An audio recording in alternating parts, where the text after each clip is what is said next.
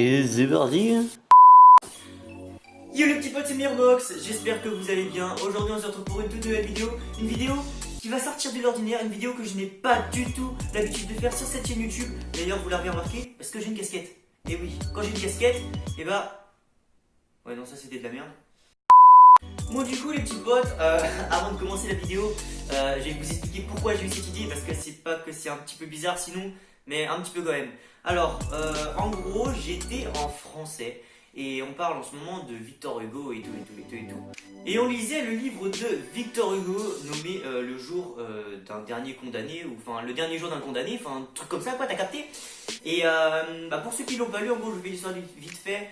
C'est l'histoire d'un mec qui est condamné à mort, donc il sait qu'il va mourir. On sait pas pourquoi, on sait pas qui il est. Tout ce qu'on sait c'est qu'il est condamné à mourir et que dans très peu de temps, il va être pendu, enfin il va être tué. Et on s'était un petit peu étendu sur le sujet de comment pouvaient mourir les gens au Moyen-Âge, de comment pouvaient mourir les gens avant. Et on en avait parlé un petit peu avec la prof. Et il y avait vraiment des morts qui étaient dégueulasses. Mais quand je vous dis dégueulasse, les gars, c'est vraiment dégueulasse. Moi j'ai eu l'idée, j'ai noté sur ma main, je me suis dit, attendez, on peut pas passer à côté de ça, on va en faire une vidéo. C'est possible, c'est impossible, on peut pas passer à côté de ça. Je me suis dit, go faire une vidéo, ça va vous plaire. J'ai demandé quelques avis à quelques petits potes à moi. Ils m'ont tout dit que c'était une bonne idée, mais que ça allait être vraiment dégueulasse. Et du coup, pour essayer de moins passer pour un fou, c'est pour ça que je vous fais cette petite intro vite fait là. Vous allez capter. Du coup, on va se faire un petit top 5, même top 7 d'ailleurs. C'est juste que ça faisait moins stylé top 7. Du coup, j'ai mis top 5 dans le titre. Des pires morts qu'il y avait au Moyen-Âge. Genre, mais... On va commencer soft et on ira de plus en plus haut. Est-ce que vous avez capté? Mais toutes les morts, je vous le dis, elles sont dégueulasses. Si jamais vous n'avez pas l'estomac accroché, vraiment je vous recommande de pas regarder la vidéo. C'est vraiment pas...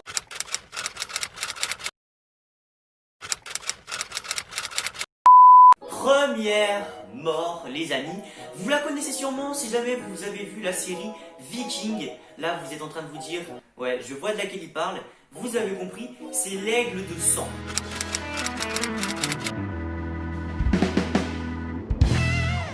Alors, pour ceux qui n'ont pas vu la série Viking, tout simplement, l'aigle de sang consiste à faire une incision dans le dos de la personne, de lui ouvrir le dos et de lui arracher les côtes, telles à les ressortir pour que ça fasse des ailes d'aigle. Enfin, c'est le nom qu'ils leur ont donné, le nom que les historiens leur ont donné.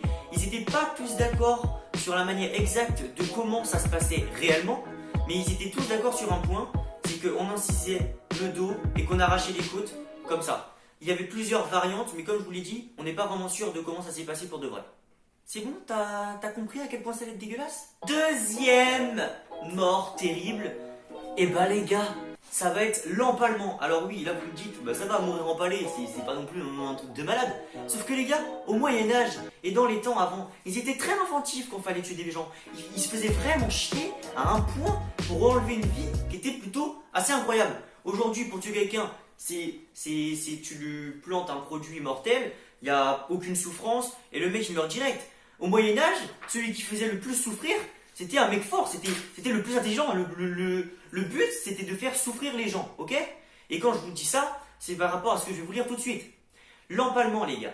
L'empalement, c'est une technique assez simple et assez précise dans le nom, tout simplement, de la mort. C'est qu'en fait, ça consiste à enfoncer un bâton, là où tu penses, évidemment, hein? Assez rond, assez gros, genre style cette grosseur-là, et assez lisse pour pas arracher les chairs et pour pas que tu puisses mourir trop vite. Donc tu vois, ils veulent te faire agoniser le plus longtemps possible. Et ensuite, ils te lâchaient dessus, donc tu pouvais pas bouger évidemment. Et avec la gravité, ça s'enfonçait. Donc ça remontait petit à petit. Et selon l'angle, il ressortait soit par la bouche, soit par les épaules, ou soit par le torse. Donc ouais, cette vidéo, je sens qu'elle va être très joyeuse, dis donc. Je sens qu'après, là, vous allez péter la forme, vous allez tous vivre vos meilleures vies. Je pense plutôt que si vous regardez ça la nuit, vous n'allez pas vous sentir bien après. Petite parenthèse, je voulais m'excuser de ne pas avoir fait de vidéo très récemment, tout simplement parce qu'en fait, j'ai plus du tout de temps libre à moi vraiment, genre le lycée, des journées 8h, 18h, le sport que j'ai à faire avec la vidéo transformation physique et tout ça, j'ai plus vraiment d'idées et là je vous le dis maintenant, il y a du gros qui arrive, des gros projets avec du monde, avec des potes à moi, on va s'amuser, ça va être super cool. Voilà, maintenant on retourne dans notre histoire très glauque, c'est parti. Et du coup, la personne qui se faisait emballer, prenait plusieurs heures à mourir.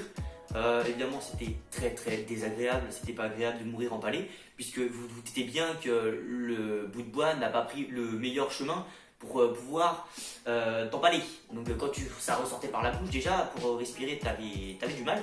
Donc voilà les gars, ça c'était la deuxième histoire, comme vous avez vu, enfin une histoire, c'est pas vraiment une histoire en fait, c'est plutôt quelque chose de... Bon, troisième histoire. On arrive à mon histoire préférée, la plus dégueulasse de toutes. Donc, celle-là, elle s'appelle l'écorchement.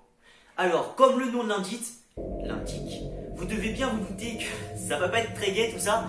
L'écorchement, ça consiste à faire une incision soit en haut du crâne, soit en bas des pieds, et d'arracher délicatement, lentement, la peau du condamné. Donc en gros, imagine, t'es ouvert, là, avec une hache, évidemment, un couteau, un truc qui coupe bien sa mère, ok? Ensuite, ils te prennent là et ils t'enlèvent ta peau comme si c'était un fringue. Ils te l'enlèvent petit à petit jusqu'à ce que tu meurs. Donc, des fois, ça pouvait durer aussi plusieurs heures d'agonie, puisqu'ils faisaient bien lentement, évidemment, ces salauds. Et ils te l'enlevaient assez pour que tu aies vraiment mal, mais pas trop non plus, pour que tu fasses des hémorragies, pour couper des grosses veines, genre les artères que tu as aux jambes, tu vois. Et il faisait bien attention à ça, tout simplement pour que tu puisses agoniser le plus longtemps possible. Donc celle-là vraiment c'était la plus dégueulasse parce que imagine déjà te faire couper par un couteau, c'est déjà pas très agréable, mais en plus t'arracher la peau petit à petit, c'est dégueulasse. Autre histoire, on va parler cette fois de l'écartèlement que vous connaissez tous, mais qui est totalement incontournable. L'écartèlement les gars, on va l'expliquer, même si jamais vous savez sûrement à quoi ça correspond.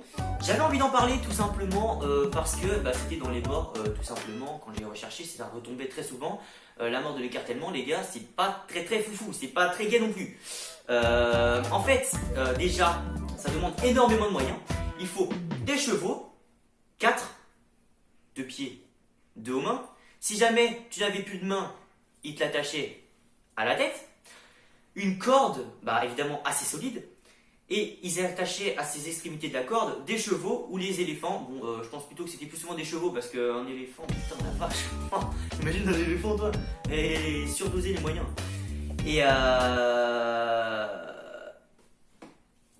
Et ensuite, il donnait un gros coup de fouet aux chevaux ou aux éléphants du coup pour qu'ils partent dans 4 directions différentes. Et tu te retrouves tout simplement sans bras et sans jambes après. Donc là, la mort est assez rapide. Comparé aux autres morts qu'on a eues, cette mort-là, on va pas dire qu'elle est sympa et qu'elle est cool parce que c'est quand même un écartèlement. Mais avant-dernière histoire, les petits potes, celle-là va être assez rapide mais très convaincante. Alors, elle s'appelle le tapis. C'était une mort réservée seulement aux personnes les plus nobles. C'était une mort qui était pas très rapide, mais pas trop longue non plus, et consistait à mettre le condamné sous un tapis et à lâcher un troupeau de chevaux, de taureaux, de vaches sur le condamné qui mourrait donc dans les secondes à venir, écrasé par toute cette masse. Dernière histoire. Alors je vais pas vous mentir que celle-là quand je l'ai vue, c'est pareil, j'étais pas très serein, j'étais pas très enthousiaste et joyeux en voyant cette image que vous voyez d'ailleurs juste là. C'était le sciage. Alors le sciage, il consistait à attacher un homme ou une femme d'ailleurs par les pieds et le laisser pendre comme ça, donc la tête en bas. Et les bourreaux arrivaient et te coupaient avec une scie à l'entrejambe soit à la tête s'ils étaient gentils, ou alors ils pouvaient tout simplement s'arrêter vers le torse et dans ces cas-là te laisser agoniser plus longtemps. Oui, c'était vraiment pas très joyeux cette vidéo. Donc voilà les gars, si jamais... Les gars,